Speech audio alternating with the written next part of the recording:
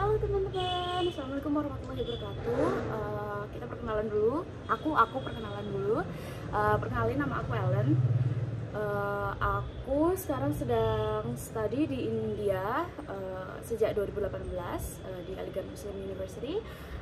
Hari ini aku mau cerita pengalaman aku positif corona di second wave ini.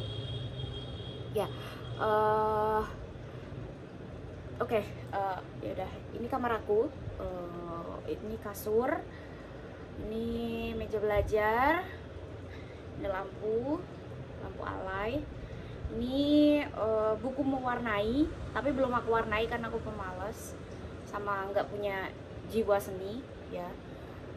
Ini gantunganku, bukan, ini ikat rambut, ini post-it, ini kecapnya Ricky Pepeng. Oke, sekarang mulai cerita. Gimana ya? Jadi sebenarnya aku itu nggak tes PCR, tapi semua gejala aku sakit selama 3 minggu kemarin itu udah gejala corona banget. Ya, teman-teman tahu, batuk, sesak nafas, terus apa ya? Batuk, sesak nafas, demam. Pokoknya itu sampai 3 minggu.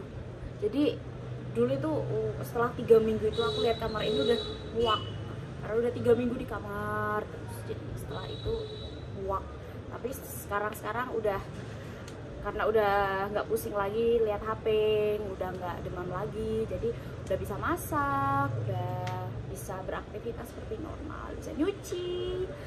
Ya, masak sih yang bikin itu aku suka masak. Enggak sih, nggak tahu lah. Oke, pertama-tama aku cerita dulu gimana aku bisa sampai kena corona. Aku juga nggak tahu sih sebenarnya, cuman ya nanti teman-teman bisa sambung-sambungin lah kira-kira aku tuh dapat dari mana. Oke, jadi sebelum aku kena corona itu, aku tuh di Delhi. Aku itu kerja sampingan gitu, karena emang di India tuh kalau kuliah ya sebenarnya nggak boleh kerja sampingan karena kita visa student, visa pelajar, jadi nggak boleh kerja karena visanya visa pelajar. Oke, aku kerja sampingnya itu jadi penerjemah gitu. Jadi ada pasien dari Indonesia yang berobat ke India. Beliau mungkin kurang bisa bahasa Inggris, jadi beliau butuh bantuan. Jadi aku ke sana. Aku kerja itu sekitar 2 minggu. Iya, 2 minggu bolak-balik rumah sakit dong karena beliau berobat. Oke, setelah itu beliau sudah operasi. Terus beliau oke, fine, bisa ditinggal. Maksudnya udah bisa ditinggal, nggak butuh bantuan lagi. Udah saya pulang karena harus bayar kosan dan ada beberapa tugas. Dan niatnya itu aku mau lebaran di Delhi, jadi pulang itu untuk ngambil beberapa buku untuk belajar karena tanggal dulu jadwalnya itu tanggal 20 itu udah mulai ujian. Bulan berapa? Bulan ini berarti 20, tanggal 20 itu udah mulai ujian. Tapi karena corona ujiannya diundur. Terus ya jadi aku niatnya pulang ke Aligarh dulu. Aligarh itu kalau pakai mobil itu sekitar 3 jam dari New Delhi. Karena aku mamboan. Jadi aku kemarin itu pakai kereta cuma 1 jam. No. Kurang dari 2 jam aku kemarin, cepet. Terus yaudah, aku karena pertama aku bolak-balik rumah sakit karena kerja aku di rumah sakit. Setelah itu aku pulang ke Aligarh di stasiun pasti ramai. Sebenarnya orang-orang udah ngikuti aturan sih, kayak mereka pakai masker. Terus sebelum masuk stasiun nggak diperiksa suhu tubuh waktu itu, jadi masuk aja. Itu sih yang disayangkan. Terus udah di stasiun ramai, itu kedua ya, kayak yang aku curigai kedua. Udah setelah itu aku sampai Aligarh. Setelah itu pulang. Hari pertama pulang dari Delhi aku masih baik aja. Oke, maaf, putus, ada tamu tadi. Jadi pulang ke Aligarh, udah sampai di Aligarh. Oke. Sampai ini hari pertama pulang dari Delhi itu aku masih baik-baik aja, aku masih bisa keluar, bisa belanja karena dari Delhi selama 2 minggu jadi di rumah nggak ada apa-apa, nggak ada sayuran, nggak ada mie, telur. Itulah anak kosan di sini kalau makan. Oke, setelah itu aku keluar untuk nyari, itulah masih sehat, masih bisa jalan. Terus maksudnya masih bisa jalan gitu. Terus oh ya, untuk informasi, di Aligar ini juga sangat disayangkan, orang-orang itu udah kayak 50%-nya udah nggak pakai masker, mungkin karena mereka mikir baik-baik aja, corona udah mulai reda, jadi mereka udah apa ya itulah, mulai nggak mematuhi protokol. Tapi mahasiswa Indonesia di sini selalu pakai masker yang aku lihat sih. Oke, terus satu hari, 2 harinya, hari keduanya aku paginya itu udah masih masak, masih ngerjain tugas, masih bisa bayar kosan. Tapi aku nggak ketemu landlord karena aku tahu kalau aku dari perjalanan itu, jadi aku nggak ketemu landlord. Aku taruh di tisu, terus aku dari jauh, maksudnya dari jarak agak jauh itu bilang aku taruh uangnya di atas kulkas, nanti diambil, karena aku dari perjalanan dari Delhi kemarin, landlord aku udah sepuh, sudah tua, jadi aku juga mikirin kondisi beliau. Jadi ya aku taruh uangnya di atas kulkas, beliau ngambil. Aku bilang baik-baik kalau aku dari Delhi, takutnya ada virus yang nempel, jadi aku nggak bisa duduk-duduk untuk ngobrol, jadi ya. Oke, setelah itu malamnya baru aku demam, tapi demamnya nggak terlalu tinggi, aku lupa berapa aku ukur, tapi nggak terlalu tinggi.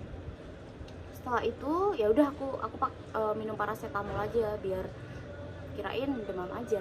Setelah itu paginya aku mulai sesak napas dan flu,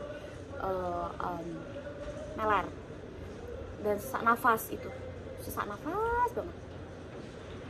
Terus aku nggak mikir corona dong, aku pikir ya udah sih, aku maksudnya palingan emang dari flu-nya aja sesak nafasnya.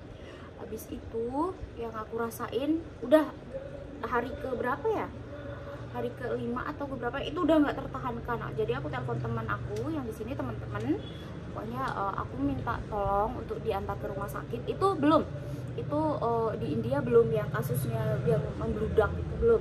Jadi aku masih berani ke rumah sakit kan.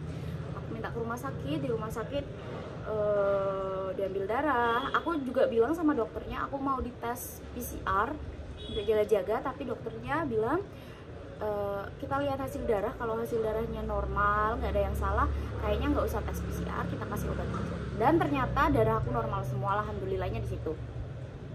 Terus cuma dikasih obat untuk 5 hari. Untuk 5 hari aku tebus obat. Oke, kita langsung fast forward 5 hari. Setelah 5 hari itu masih malah sesak nafasnya nambah. Udahlah aku, dan itu udah di India tuh yang berita-berita membludaknya kasus corona itu udah besar. Jadi aku ragu mau ke rumah sakit lagi, aku takut karena aku juga, dan aku tuh berdiri pun nggak bisa, duduk pun nggak bisa, akan sesak nafas. Makan apapun nggak bisa kecuali susu sama pisang. Oke, bubur pun aku akan batuk. Jadi udahlah, aku takut, nggak mau ke rumah sakit. Dia tuh untungnya aku punya teman, beliau dokter. Aku tanya, aku jelasin apa yang aku rasa, dan aku minta tolong dikasih resep. Beliau ngasih aku resep, aku minta tolong temen Nur untuk tebus obat yang kedua. Obat yang kedua itu untuk 15 hari. Dan obat yang kedua itu alhamdulillahnya berhasil dalam artian panas sudah mulai turun drastis, udah nggak ada pusing, terus flu udah hilang. Tapi yang nggak hilang itu sesak nafas, sampai itu kan tadi obat kedua untuk 15 hari. Sampai 15 hari itu sesak napas nggak hilang. Sampai aku beli inhaler. Tapi pakai inhaler alhamdulillahnya setelah 3 harian sesak napas sudah hilang. Jadi dari cerita aku tadi, aku nggak tahu ya aku terinfeksinya di mana. Cuman alhamdulillah sekarang yang paling penting itu udah sembuh. Sebenarnya teman-teman di Aligarh juga banyak yang sakit, dan gejala-gejalanya ya bervariasi.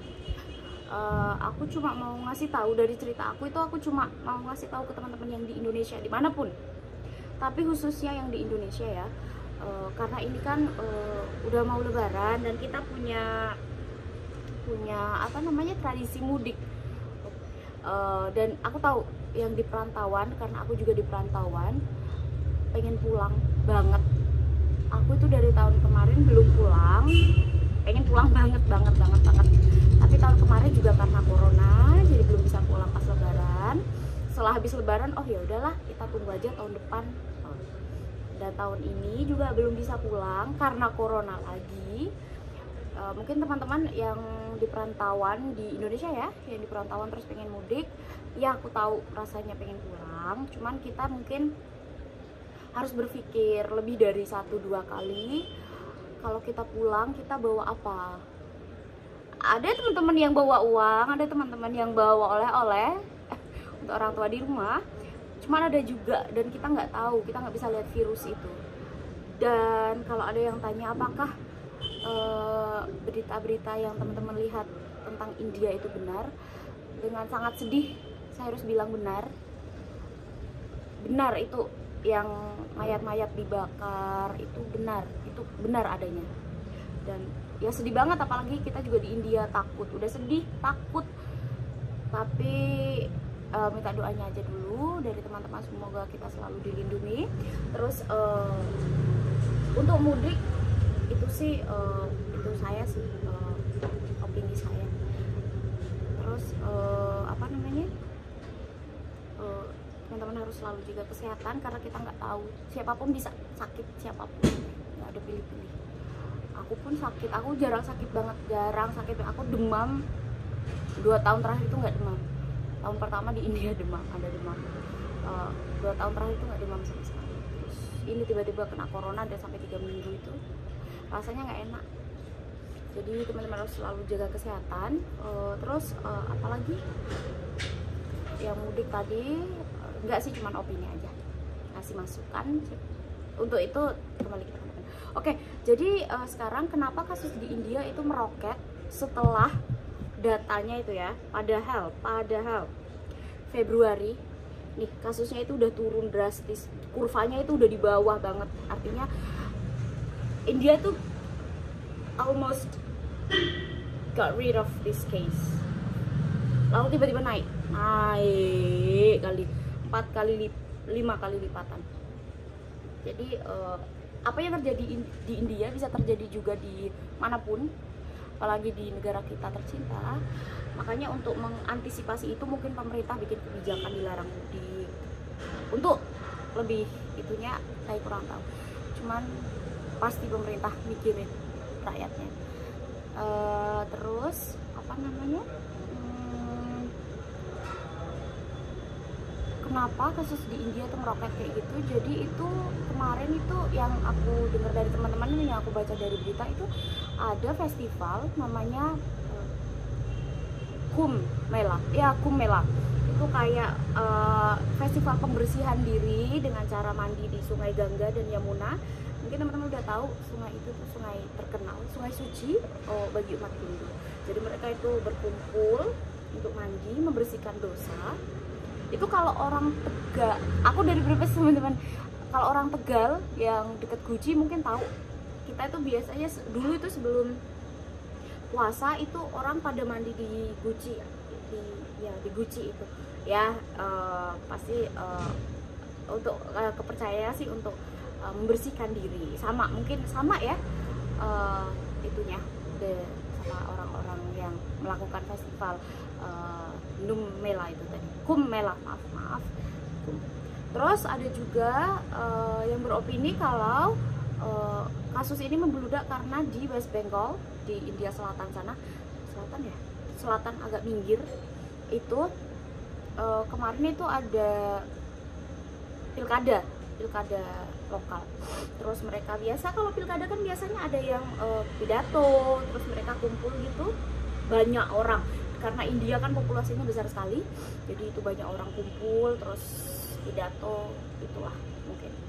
Terus udah sih itu, dan orang-orang juga pasti udah capek kan, corona udah 1 tahun lebih, mereka harus pakai masker karena kita juga manusia, kita ada capeknya. Orang-orang, ada beberapa orang yang capek dan mulai nggak taat aturan, tapi juga masih ada yang walaupun capek tetap taat aturan. Oke teman-teman, kayaknya itu aja dulu dari aku. Pesan aku, teman-teman harus jaga kesehatan karena tadi penyakit itu nggak pilih-pilih, siapapun bisa kena. Apalagi kalau teman-teman kerja dan capek, imunnya turun, sangat-sangat rapuh, fragile. Oke, udah dulu teman-teman, terima kasih, bye bye.